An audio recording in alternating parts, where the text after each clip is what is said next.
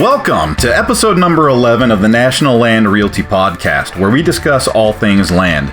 Our goal here is to inform, educate, and entertain those of you who own land or are interested in the buying and selling of land throughout the United States. My name is Mac Christian, and I am the Chief Marketing Officer here at National Land Realty. I'll be your host for this episode. Today's episode is a discussion revolving around commercial development in rural communities with National Land Realty land professional Angeliina Lawson from Kansas City, Missouri. In this discussion, we cover the benefits and pitfalls of rural communities for commercial ventures. We will walk through how to overcome some of these challenges of commercial development, as well as some of the cultural dynamics commonly seen in these communities. Angeliina Lawson, in addition to working as a land professional, is a registered lobbyist, a former elected official, and is actively involved in the writing of legislation that protects landowners.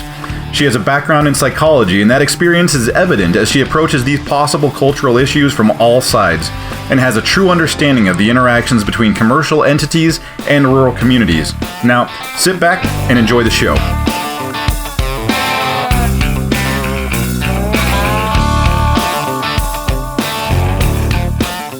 So I'm sitting here today with Angeliina Lawson. Angeliina is out of Kansas City. Hey, I want to ask you to sort of walk me through, how did you get into the land industry? You're a land professional with National Land Realty, and I just sort of want to understand, where did you come from and how did you get into this ball game? Well, I appreciate this opportunity to talk to your viewers. I love land. I have a background in clinical psychology. So I had a private practice. And once I had my family, I wanted to stay home and spend that time with them. And as normal, they grow up. And then I kind of say, well, I want to get back in the business.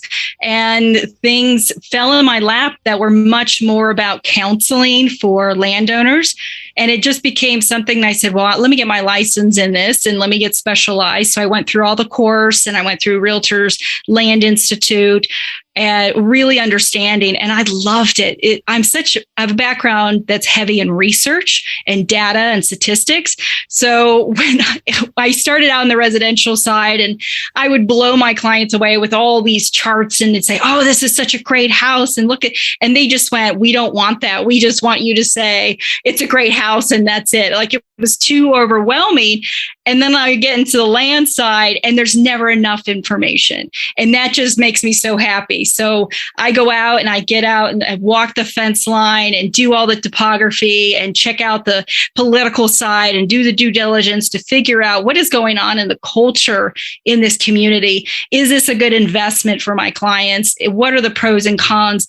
And sometimes there are cons that I would not normally get into, but my buyers or sellers are interested in pursuing. So then it becomes about options. What are the best options for you, and laying those options out? And I think my background in clinical psychology affords me the ability to manage expectations, to be able to know these are the steps that you're going to go into, to foresight, to let people know this is what's coming.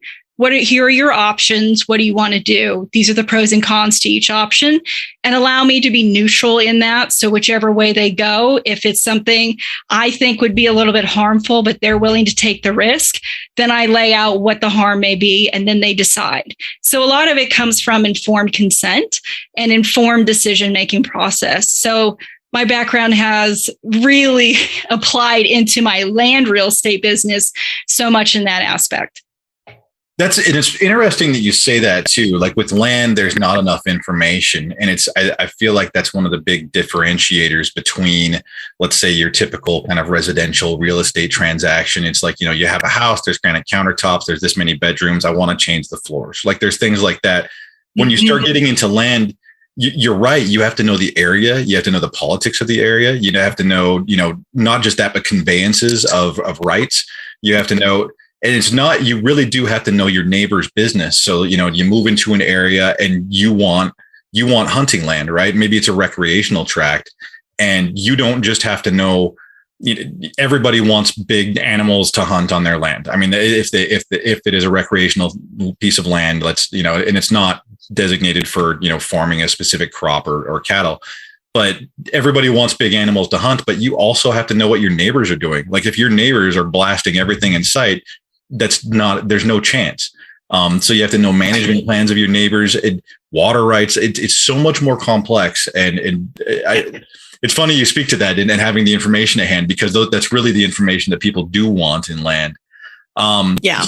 So you wrote an article about commercial development in rural communities, which I found to be it's a niche topic, but it's so interesting and it's so applicable with everything we've gone through with sort of the migration that we've seen with COVID to these rural communities. How did you come up with the idea to write about this is what I'm definitely interested in. It's the conversations that I was having in the trenches with the clients, with the farm tables. It was the driveway conversations. It was the feed store conversations. It's everywhere. Everywhere I go, I hear the farmers, the ranchers, the families that have been here in the rural areas.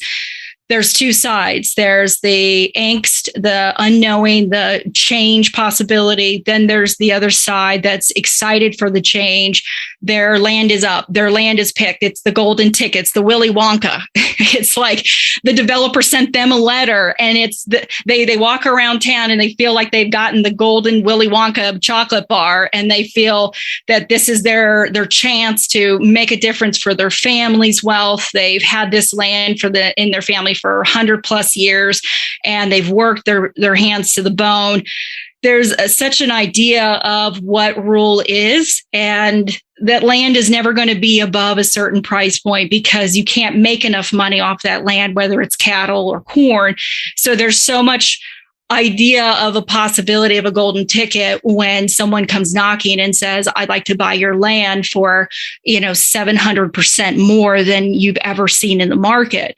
And that's a conversation starter at the donut shop in the rural areas, where someone starts putting these letters out and says, hey, did you get this letter too? And they're like, no, why didn't I get? I don't know why you got that letter. And I did.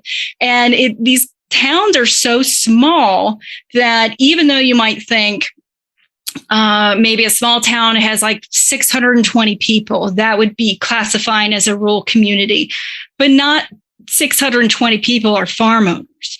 There's probably only a 10% or even 5% of those people that own land. There's just not enough acres to account for that community. So the rest of everybody else is not farming. They're in manufacturing. They're in the service industry. They're in healthcare.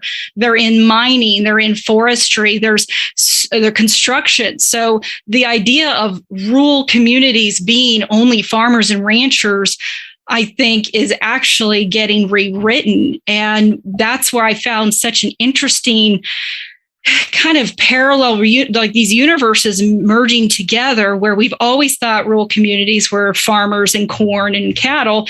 But actually, when you look at the data, they're much more about manufacturing. And that's opening people's eyes. That's what's getting the developers excited and saying, well, if this small town has always produced the cabinets for the urban areas and building out these homes, these, $500,000 homes, what else? There's the workforce. You have labor that's less expensive because cost of living is less expensive. And then you have these counties that are desperate for more tax revenue. So it is a win-win for developers to come in. They can easily build up something and bring in more manufacturing. There's yachts that are built in the middle of Kansas that are supplied to probably California and Florida and Dubai. I mean, no one thinks that the heartland is where a lot of these piecemealed manufacturing parts come from. Then that's really what the rural areas are about. So it's kind of this natural progression that we've fallen into. And I think COVID has really amplified this movement to the rural. We also have the federal government that's coming in with incentives to build out infrastructure. So that's real cash. That's not the county's tax credits. That's real infrastructure cash that's hard to say no to. So you have this clash of the new coming into the area. So there's these conversations that I keep running into with either clients or family or friends, or just, picking up feed for the horses and then having these conversations with the cashier across the way that says, oh, my property taxes are just out through the roof. And that is the negative side of development. Unless you're actually going to sell, the increase in your property is not helping you. That is something that now you pay more. So that's kind of where this article kind of got put together. Yeah, it's such a two-sided thing. And it's funny you mentioned the feed store, because I grew up working in a feed mill that was built by my great grandpa in a farming town, and it was my summer work that I did every single year. And I'd sit around and listen to my uncle have the exact same conversations you're talking about. With every farmer that came in, or every rancher that came in, either they're selling grain or they're purchasing grain. And it's just, it starts out the same way, like, yep, how's the weather? And then it kind of migrates, and pretty soon it's into politics, right? And it always was really interesting listening to that. But what you're talking about is the two-sided argument where you have a company looking at coming in for a labor force. And I want to have you to kind of define what we're talking about with commercial development. But, it's an organization coming in looking at a ready and able workforce.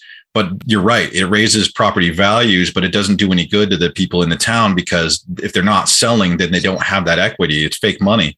Mm-hmm. And so then it's more of a defensive posture of like all the line that I always hear is all these companies and people trying to get away from the problems in their areas, and they bring all their problems here. And that's like that's the one line you hear from everybody, that like, now there's a different culture. Things are going to change. And that's really what they're saying, is things are going to change. It's not going to be the same thing that I had for, generations in this area.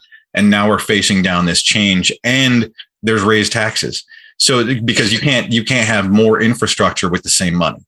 And so they have to raise taxes in those areas.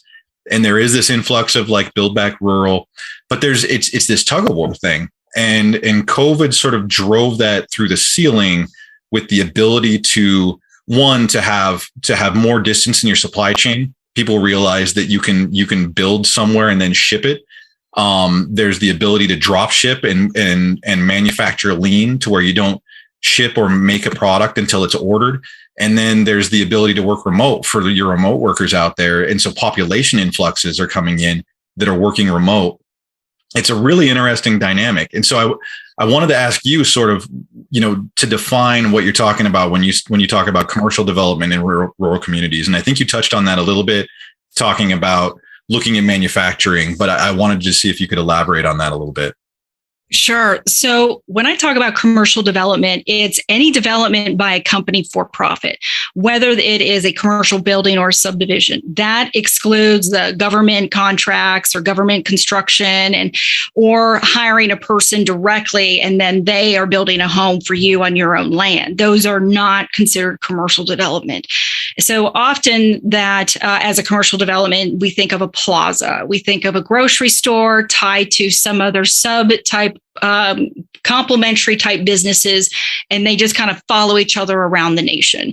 So while that is an example, it's not just limited to a plaza as what's considered a commercial application. So that's where we're not seeing plazas go out to the rural area. We're seeing manufacturing going out there. We're seeing warehouses connect in these big gaps between the supply chains and the ports.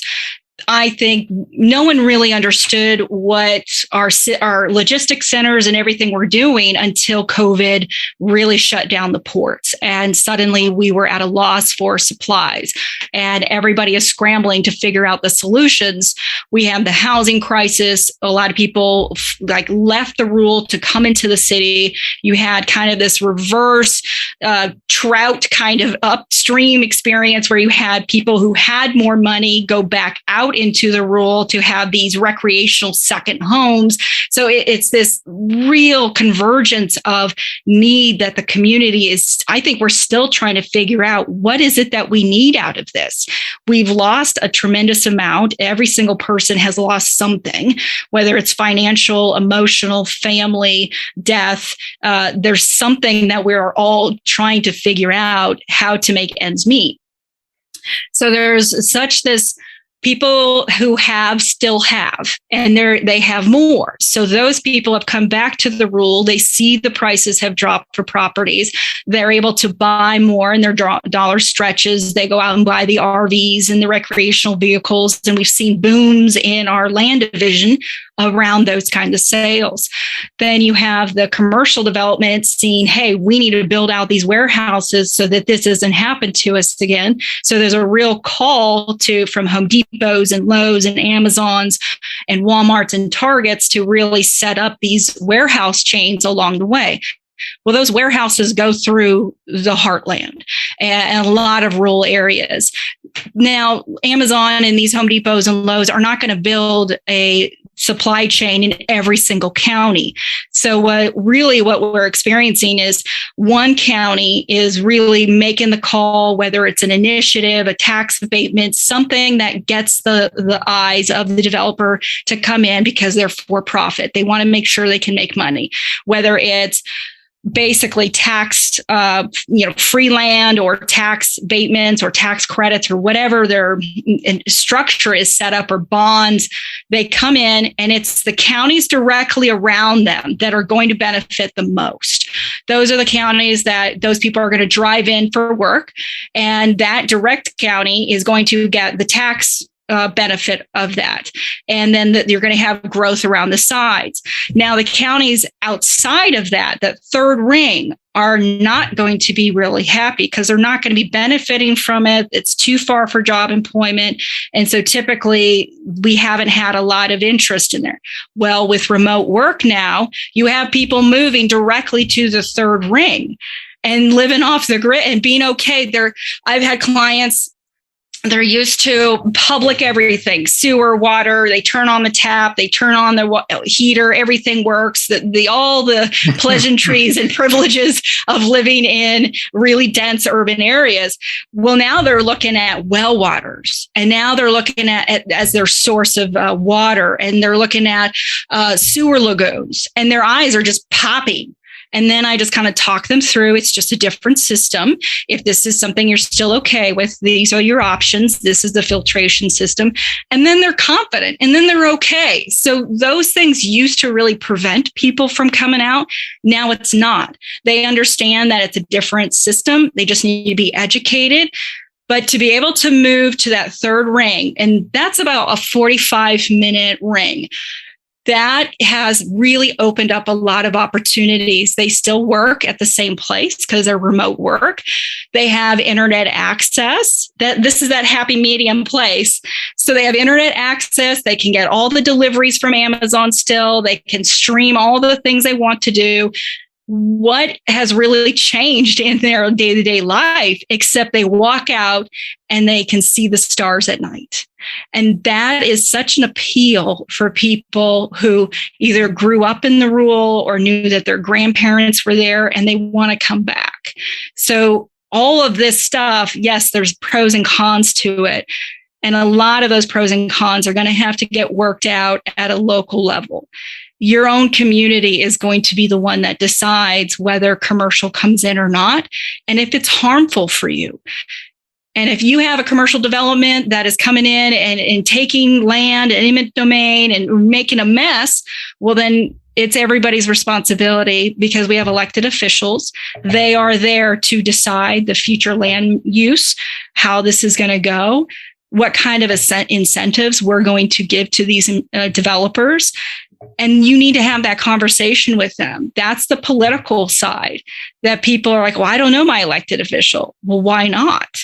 If you've got something going on, you should probably know who you voted for. Exactly. Yeah. So this is where it's like, I go to these rural meetings, and a lot of them are really anti-development, and we're going to hire lawyers and push back. And I just ask, and this is where the psychology part of me comes in and said, problem solve. What is the problem here? Okay, it's the high tax rates. It's all these things. Then I ask them, are you talking to your elected officials and to find out if the negotiations are done right and well? Because developers want to be a good guy. They want to be the one that everyone's proud about, so they can use your city as a flyer for the next project. So they want to be the good guy. And a lot of times cities and counties and even states don't realize that they can give the developers a honey-do list. Mm-hmm. Hey, this is my list for my city. You want to come in, you want to get this tax. Exactly. And one of the best examples, there was a town in Kansas that has the wind turbines come in. And a lot of all the other counties push them away. They're like, oh, you're going to ruin our cattle and you're going to ruin all these things. One city had a state senator, and he was in that negotiation. And he said, you can bring the wind turbines if you build a school, you do this road, you build this fire department, you build this police station. And he built out his town. And they love these wind turbines. And the wind turbines love them because they are the biggest champions and the cheerleaders of the wind industry, because there was something that developer did. Those are the conversations to have with the developers to find out, look, we're okay, but we need these things. We need infrastructure. Can you help us with the public sewer? Can you help us with a public water line? The urban fringe is more like a cliff. It's not this gradual change from public sewers to sewer lagoons. In some areas, it is a complete drop off from one side of the street to the other. And people don't understand what sewer lagoons are. They're not septic tanks. They're lagoons, sewer lagoons exposed to the air and with a fence around, and there's supposed to be proper protocol around them. They can work fantastic. But if you don't know what that is, you're going to find your kid swimming in it, and it's going to give me a heart attack. And the health department a heart attack. Right. Well, and you bring up a really good point as far as there's leverageable pieces of this where you can have a commercial development participate in the community. And by all means, smaller communities should use that force to get commercial developments to participate. And because the one of the big things you hear about a lot in the rural towns, and I can just speak from my own personal experiences, is you get this population influx, let's say, of remote workers, or, I came from a smaller resort town area. Most of the people are loggers or ranchers, and that was it. But then it was like your tire store workers, your grocery store, your service industry. And those are all wages that get just blown out of the water as soon as there's a price increase in housing. And so the thing that you always hear is like, well, let's just put up a bill to stop the building of new houses. And it's like, that's actually going to accelerate the problem that you're finding, because you're still going to have people that want to live there.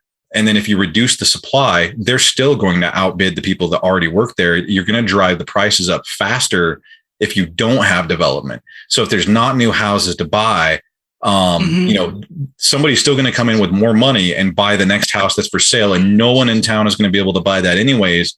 Everyone's going to be looking at higher taxes faster. You're going to have an accelerated sort of rural gentrification happening. So like you have to have the right kind of build. And then if you have, and when you have an increase in population, you do need an increase in commercial to offset that, so that you have places to work for a new population. So you need that commercial effort. You have to have the right kind of partnership and balance to say like, okay, you can come in here. We want that oiled down dirt road to be a paved road now. So like hook us up with that. Or, we need a new school bill because you're bringing in a new workforce and you're, all those kind of things to get sort of a participation in there.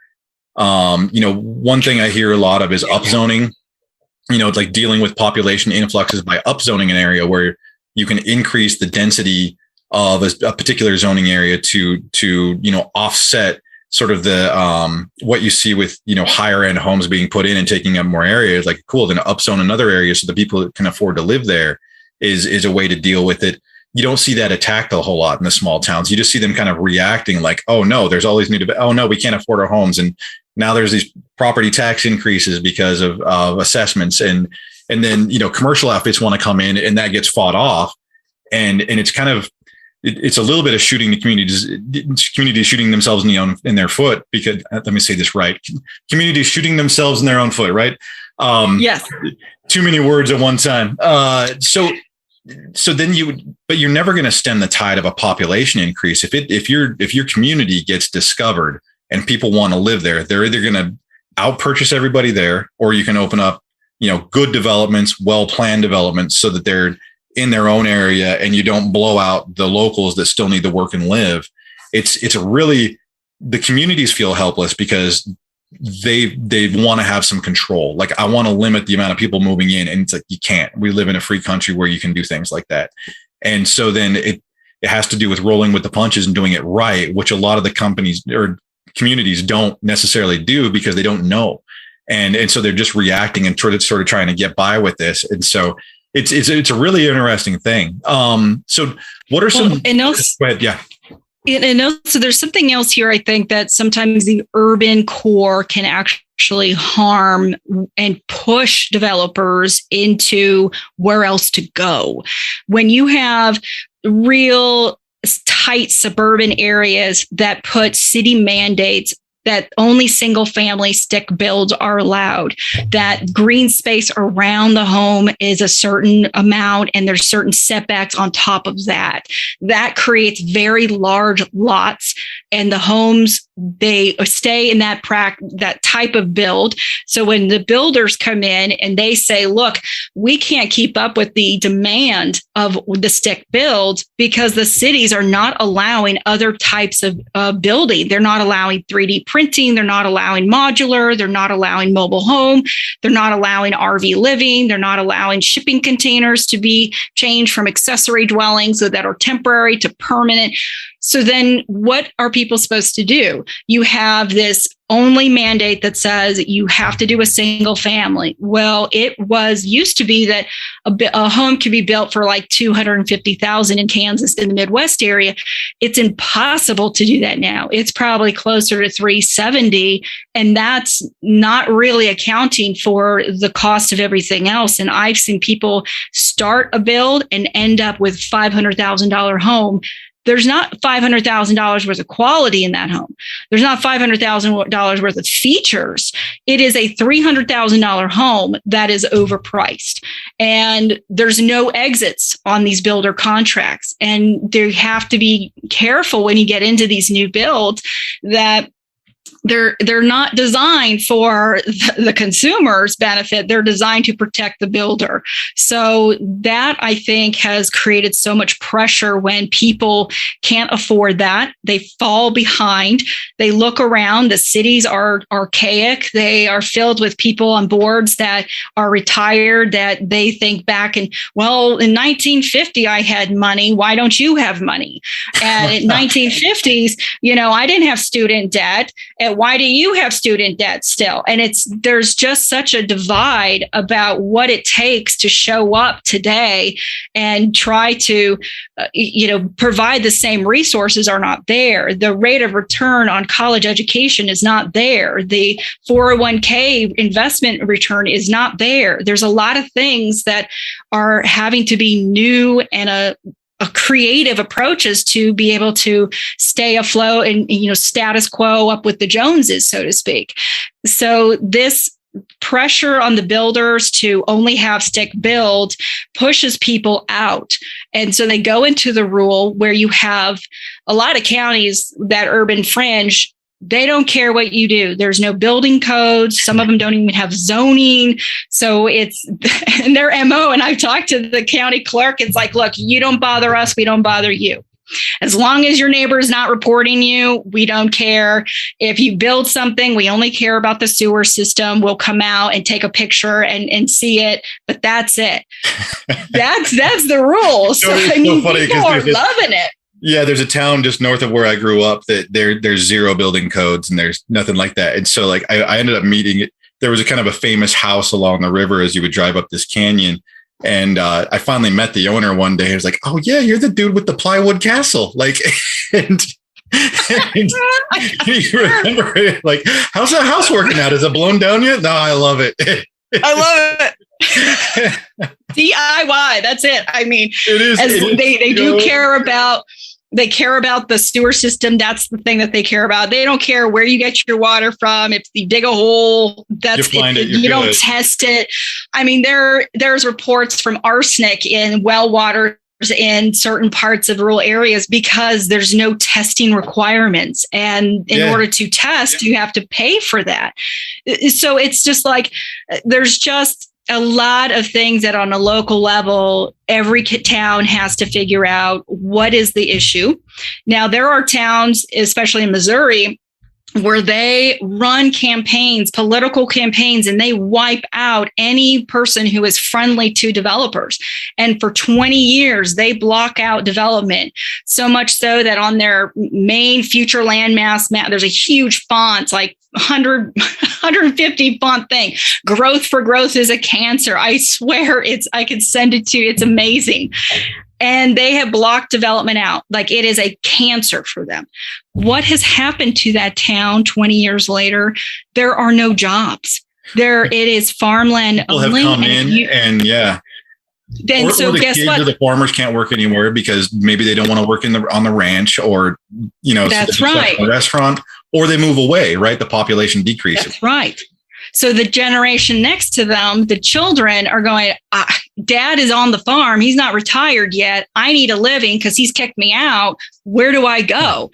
There is no more land. Everybody has locked up the land. So there's not this rotation of land available. So what is the next generation supposed to do? That's when they go into the city and they work a job because there is no jobs in this area. And there's also less political power when you do that too. When there's less people in an area, your voice is muted. So if you have concerns, your politicians don't care because you have 5 votes compared to the next town that has 60, right? So that's right. And you brag about how you didn't vote for them. So how do you think that's really going to play out? I mean, sometimes they really shoot themselves in the foot, where the urban can really harm this movement by making these really rigid rules around housing. They don't allow any more development. There's even a subdivision or a suburban area in Kansas City that does not allow fast food, no fast food. So there's this whole slow movement. Well, that's great for a very small niche of people. They want that, but is that sustainable long term? And the impact that has on the rural, because then people need to go somewhere. Or if there's so much infrastructure that needs to be built in the rural, then that energy comes back and you have skyscrapers. You start building up. And then there's a whole other fight about that. So these are the things that happen incrementally. Decisions are made. People, they need to run for office if they are really upset about what's going on. Get your name on the ballot, run for office, have a voice at the table, talk to your elected officials. They are the ones that at times trying to make decisions that are happening in the community. Most of the times they are not directing, they are reactive. They're getting emails from the farmers and ranchers that are pleading with them that say, I need to be able to sell my land to the highest and best use. And you blocked me out where I can only sell to another farmer. So you're saying I can only make $700,000, but this developer is willing to give me $100 million. That's not fair. As a landowner, I have a right to as many options as possible for what I want my land to do. It's such an interesting topic, just overall. Like it really, really is. And even in the communities that have things figured out, as soon as a new change gets thrown in there, then they're completely off balance again. And it's this always trying to keep up with change and trying to control what happens. And that's the thing, is like what other people do is essentially outside of everybody's control, right? If people want to move, what's your possibilities there, right? Like you can manufacture in your town the things that you've always had. And then you could put a moratorium, nobody can move in, which I don't think is legal, but I mean, like, let's just pretend that was the case. Fair housing. Yeah, exactly. Yeah. And so then you have kind of a population increase. The kids of the people that already live there are going to be fighting for jobs that their parents have. And then you still wouldn't control everything because you would still have problems in there. And then who's going to buy the stuff that you make? And, right. And even, something that's come close is maybe your like Amish or Mennonite communities that have manufacturing in there and they sustain, but even those communities sell externally. And so, there's business from that to be gained. They're still selling externally. So it's a really, some of those dynamics might be something to look at. I don't know, but because they seem to maintain population and everything like that and a way of life, but they've also simplified everything to its most basic means. And that's not really like feasible for a lot of communities. So even that, like, that's fine. You can be the last stand, but your land is going to be gone because of eminent domain. And that's the realization. That's the part where they start realizing it's not in your best interest to be the last stand. If you start seeing the wagon circling around you and every single parcel is a subdivision, you are next, because they will build a road through you to build the traffic and transportation. If there's any new change in development, your land is now shrinking through eminent domain. Right. In Kansas, there's very different laws about eminent domain, and same with Missouri. I like what Texas is doing in their change in eminent domain. Normally, when a county or commissioners set out a plan and it cuts through your land, they take your deed. So when you're negotiating, you're not negotiating whether this is happening or not. It's happening. You're negotiating the price.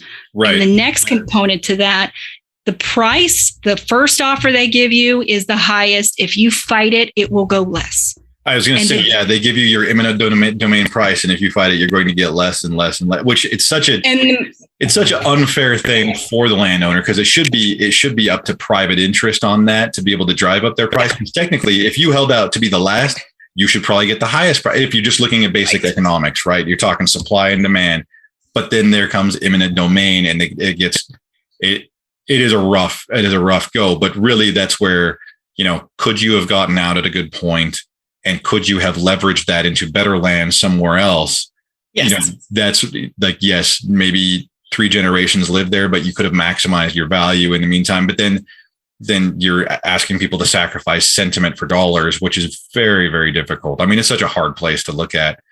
But something I wanted to ask you is what can commercial outfits do to sort of mitigate some of the pushback they can get? Because I've seen this before where someone will come in and they'll start making commercial moves without really talking to anybody. They wine and dine the local county commissioners to get permission, and they get things pushed through.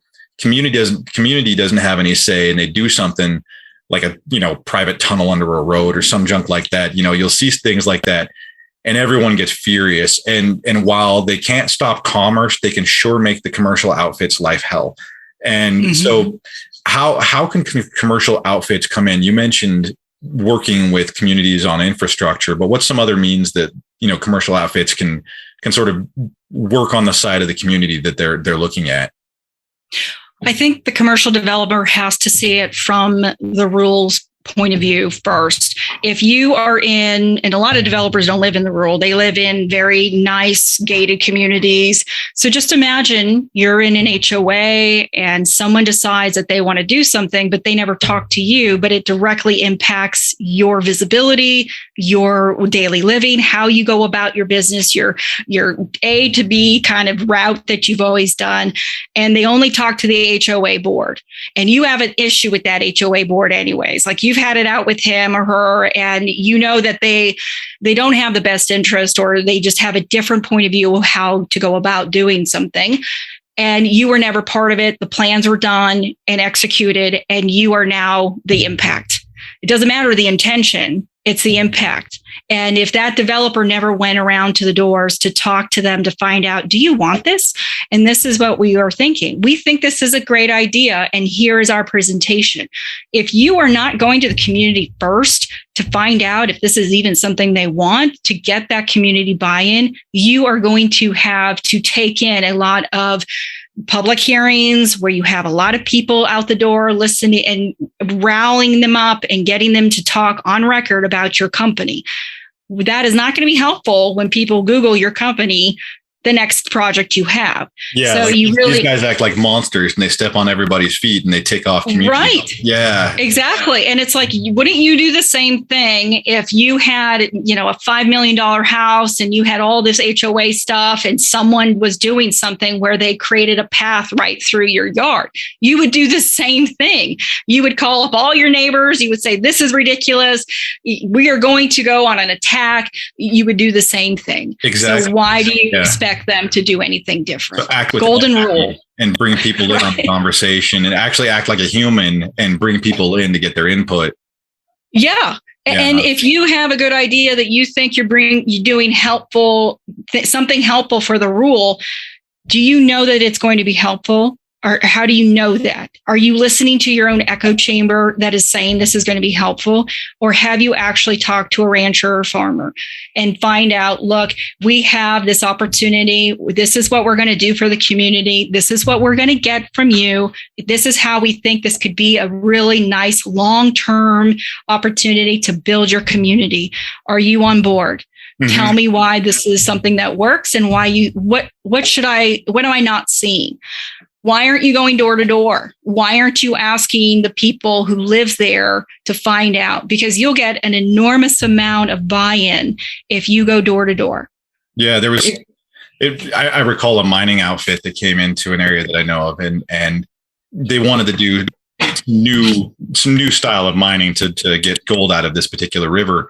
And I mean, and anybody that kind of knows about mining, it's like there's not really a way that you can mine without disturbing the soil and releasing something like arsenic or something like that. It's just in the ground. And when you disturb it, it comes up. And so like they started out working with conservation outfits, and they were actually really good with working with conservation outfits and stuff.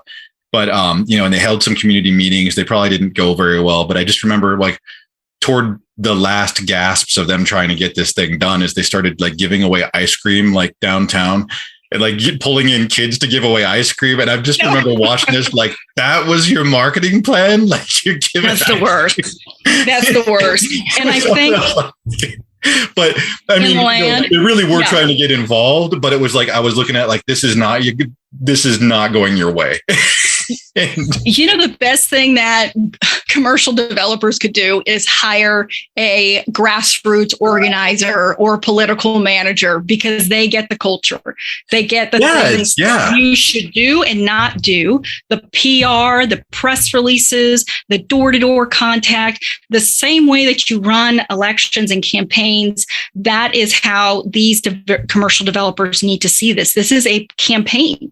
This is something that is going to change these people's lives, and you need to have buy-in, or you know what, your project may work for 10 years and then the next you've mounted so much animosity in that community, they will kick every single person off of that commission and have an entire new board and go after your contracts in politics. 1 year, the next election cycle can erase what that person did.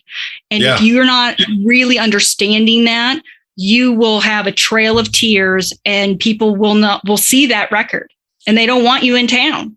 And that's something always to bring up too, is there is a mentality, when it say, a high level of, you get a group of investors, high level investors, you get a corporation coming in to set up shop somewhere. And there probably is a little bit of like arrogance in that of like, hey, we're going to go into this rural town. We got a bunch of hillbillies here. They probably don't know governance. And the biggest problem with that is you know what?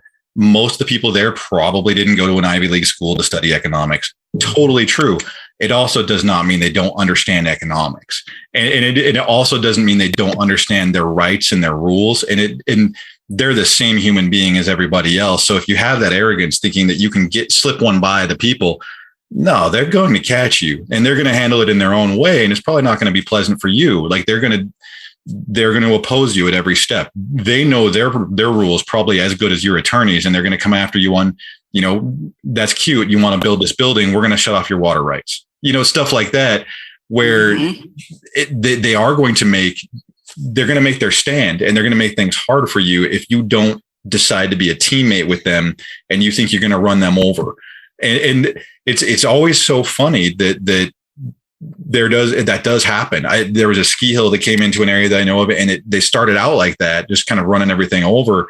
And I remember I personally boycotted them for like 20 years, and they went through like 3 different rounds of ownership because they failed 3 times of bankruptcy and couldn't get this thing off the ground. And now I don't think the community had a ton to do with that. It was economics and all kinds of other things. But then, a new group comes in that concentrates on user experience, making the hill, accessible to the community, and working deals to make it, you buy a pass there, you get passes to other mountains. And they really worked on sort of that user side experience. And now you've got the company buying, or the county buying in, you have the community buying in, and it's taken them 20 years to get this thing going. Right. But it's the difference between working with a community and just doing things with the community is in the way and you're just working it.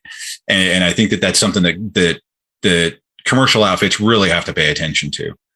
Well, they underestimate the rule because there's street smarts, there's book smarts, and then there's a network that is ruthless. And I think there is an underestimated approach here that commercial developers think, oh, well, if I talk to one person in the metro, there's 700,000 people in that county. Nobody's going to know that I had this tiff with one person. Okay, great. You go to the rural, there's only maybe 6 families who own the entire county, and they all talk. So if you piss off one person, whether you kicked one person off, it's whether you had dinner with somebody that is on somebody's bad side. Like that's it. There's such a political culture between, because there's such history where everybody knows everybody's business, and they've known it for the last 50 to 100 years. They categorize, they stereotype. This is kind of the rigidity sometimes of the rural area. So if you think you're going to pull one over on them and say, well, they don't have a network. Oh, you do not understand the rule. They will make one phone call and the entire area knows what you just did. And that network will cut you off. They will put pressure on that one family that was interested in selling, and the guilt, the mother's guilt, the grandmother's guilt, they will all come at you and keep pelting you. So there is something very real when I get contacted by a farmer. It is mostly off market. It is quiet. Because they don't want that pressure. They don't want their neighbors, to give them hell because they're selling. They feel like they're a sellout or something, that they've broken the gates and now the development can come in. And at the end of the day, a lot of them look at that and say, but I have to, because this is my livelihood. I need to sell this land for top dollar. This again and again, I hear, I need to sell this land for as much as I can because this is all that I can give my kids. And I can't work anymore. I can't keep up the ag zoning because it requires, crops and livestock. I can't do it. But if they put it out, if they put a shingle out there and let everyone know they're selling, they will be bombarded, knocking on the doors at church, at the office, at the doctor's office, everywhere, because everyone will say, why are you selling out? And that amount of shame is enough for people to not do this. So They do it anyways, but they do it very quietly. And then just because they're a part of the community, like they don't want to be seen as negatively affecting, the people that probably been around for generations. They don't want to do that. People genuinely do care about each other in these communities. And that's another reason why commercial outfits have to act with empathy and have to actually put themselves in the community's shoes. You talked a little bit about, what were you going to say? The movie or the TV series Stranger Things, where the opposite world, where they said if you touch any of the vines, it touches the whole. That's the rule. If you touch one person, it radiates through. So that's what's different about the rule. That's not the same as urban. There's that network is so strong. Just be really mindful of how you approach. And if you trip over a vine, know that you've just awakened the Kraken. They will come for you, tractors and all.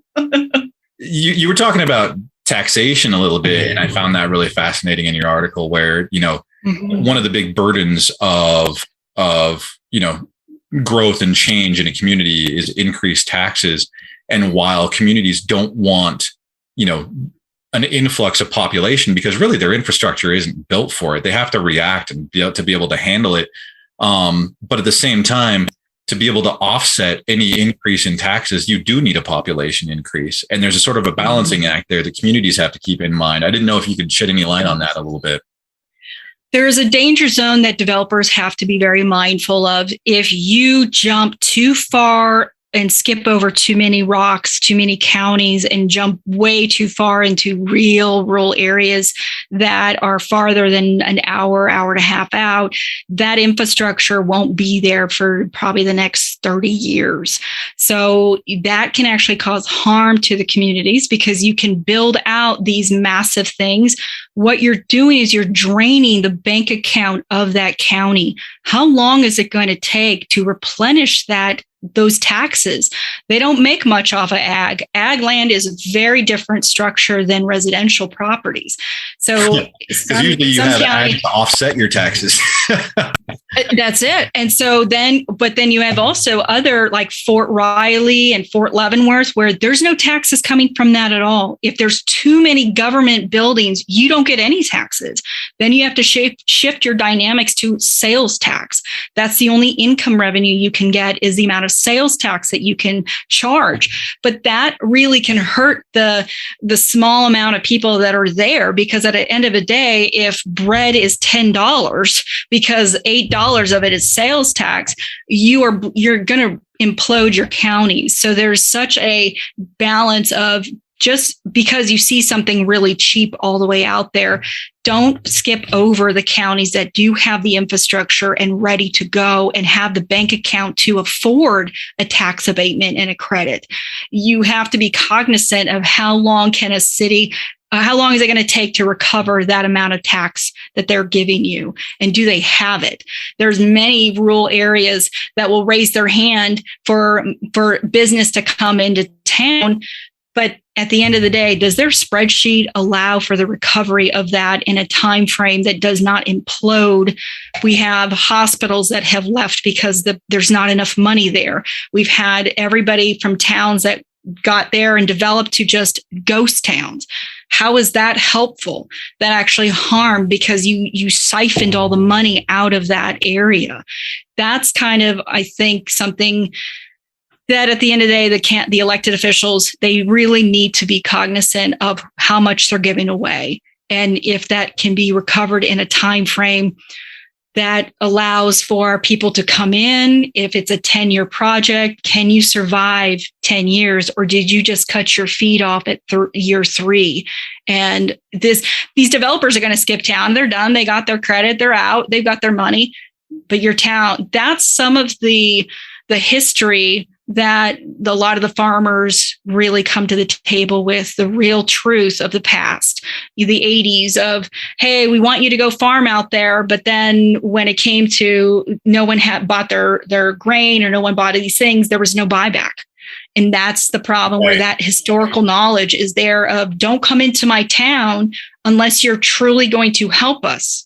Like the mill areas, it's become an epidemic across the Northwest, especially where towns were set up around sawmills. And as those have closed, then you have a population with nowhere to make a living. And that's resonated all over the Northwest, I know. Hey, I just wanted to make sure we're taking, best use of time. And I know I've nabbed like an hour of your time here in your afternoon. You're fine. I wanted to see if you had any takeaways, on between commercial and community, sort of how to best handle this if you are a developer looking at a smaller community. What's the bullet points that you should live by? I think you need to know why you're doing it. Is it really there to help the community? You have to have both sides. You cannot be just profit driven all the time, because you will have a very short career. That kind of stuff will haunt you. You'll make poor decisions. People will understand you're only about money. So I think you have to sit down with your team and figure out, why are you doing this? Is this really something that's about helping the communities? If it is, then you should be able to stand by your word and go door to door and pitch it.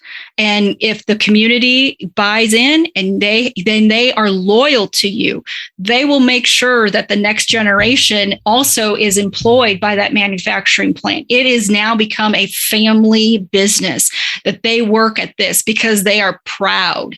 But if you don't have that buy-in and they sniff a rat and they start going around and saying, this doesn't add up. You're willing to take all these, drain our county's bank account and not provide us good paying jobs, or you're about to come in, take all our credits and then ship all the jobs out. So nobody in town even has a job from you. So some of these things are, you're signing up for something. People in the rural will tell if you're authentic or not. You need to be honest. And even if it's not going to be in their favor, if you're honest with them, they respect you. If you do something shady where you lie to them and eventually they'll find out, it will haunt you. You'll have pickets, you'll have protests, you'll have people who don't want to work there. And eventually you'll probably end up closing shop because it's not going to work out. That's pretty sage advice. Angeliina, you have a wealth of knowledge. It's very, very clear and very passionate on the subject, especially, looking at the dynamics of rural communities and understanding as well commercial development. So I appreciate the time that you've been able to give and the knowledge that you've been able to share very much. You're out of Kansas City. So tell me how somebody that wants to work with you might get a hold of you. So nationalland.com is a phenomenal website. It has all the access to all the agents in the area. You can look down to see what our specialties are, and reach out, talk to me. I have a podcast called landontherange.com where I go into more land knowledge for the landowner and people who are wanting to purchase land. So much of it is about land rights, making sure that informed decisions are there and the options for what you're presented with. And I think there's a real need for education for the farmers and the ranchers and landowners to know the value of what they have and to sit down and be okay talking to a developer. Don't look at them like they're the big bag boogeyman. At times, they can be the golden ticket for the Willy Wonka chocolate bar. And there are times where we all wish we could get that golden ticket. Absolutely. And I'll provide links to your podcast and your page on National Land on the links for the podcast here. Again, thank you so much for your time. This has been great. Thank you so much for the opportunity. It was a pleasure talking about this. This concludes episode number 11 of the National Land Realty podcast, discussing commercial development in rural communities with land professional Angeliina Lawson from Kansas City, Missouri. You can learn more about land ownership and the buying and selling of land at nationalland.com.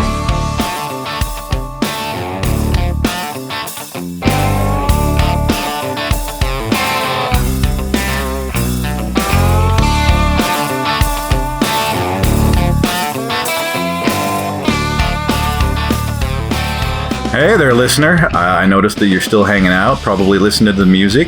But what I wanted to do was remind you to check out our Land Tour 360s at nationalland.com. These land tours are innovative, interesting, and nobody else in the industry does this. Check out our site, look for any listing that has Land Tour 360 featured on it. You can tour our listings in 3 dimensions, zoom in, get a ground's eye view, watch videos from the ground, zoom back out, look at things from the sky view, then zoom back in on properties that have 3D views of the houses that are on the properties. This is called a Matterport viewing. It's a 3D viewing system for housing. Check out Land Tour 360. It should blow you away. And carry on with your day. Have a good one, and see you on the next episode.